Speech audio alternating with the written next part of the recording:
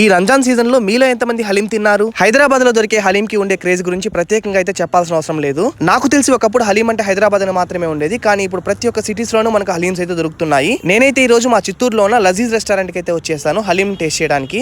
ఈ వీడియో అయితే promotional video కాదు, కేవలం మా చిత్తూరులో దొరికే హలీం ఎక్స్పీరియన్స్ ని మీతో షేర్ చేసుకోవడానికి ఈ వీడియో అయితే క్యాప్చర్ చేశాను. మా చిత్తూరులో కూడా హలీం కి ఇంత డిమాండ్ ఉందని నేనైతే అసలు ఎక్స్పెక్ట్ చేయలేదు. దాదాపు 20 మినిట్స్ అయితే నేను వెయిట్ చేయాల్సి వచ్చింది క్యూలో. ఈ లజీజ్ రెస్టారెంట్ లో అయితే చికెన్ అదే విధంగా మటన్ హలీమ్స్ రెండు అయితే దొరుకుతున్నాయి. నేనైతే ఈ రోజు మటన్ హలీం అయితే టేస్ట్ చేయడానికి అయితే వచ్చాను. ఈ హలీం మీద వేసే మసాలా అదే విధంగా జీడిపప్పు పలుకులు, ఫ్రైడ్ ఆనియన్స్ అయితే నాకైతే చాలా ఇష్టం. హైదరాబాద్ లో అయితే ప్రతి గల్లీలోనూ ఒకటో రెండు హలీం స్టాల్ అయితే తప్పనిసరిగా అయితే ఉంటాయి. దాదాపు 20 నిమిషాల తర్వాత నా చేతికి అయితే హలీం అయితే వచ్చేసింది. ఈ హలీం వాసన అయితే గుమగుమలాడుతూ అయితే ఉంది. నాకైతే మటన్ హలీం తినడం అంటే చాలా ఇష్టం. వేడివేడిగా ఉన్న హలీం మీద కొద్దిగా నిమ్మరసం పిండుకొని ఫ్రైడ్ ఆనియన్స్ అదే విధంగా జీడిపప్పు పలుకులతో హలీం టేస్ట్ చేస్తుంటే మన నాలుగు నాట్యం ఆడాల్సిందే. ఫుడ్ గురించి రివ్యూ ఇచ్చేంత ఎక్స్పర్ట్ నేనైతే కాదు. నాకైతే పర్సనల్ గా ఈ హలీం టేస్ట్ అయితే చాలా బాగా నచ్చింది. మా ఇంట్లో నాకు మా తమ్ముడికి తప్ప ఇంకెవరికి హలీం అయితే అస్సలు నచ్చదు. ఇంతకు మీకు చికెన్ హలీం అంటే ఇష్టమా, మటన్ హలీం అంటే ఇష్టమా? Please like and subscribe.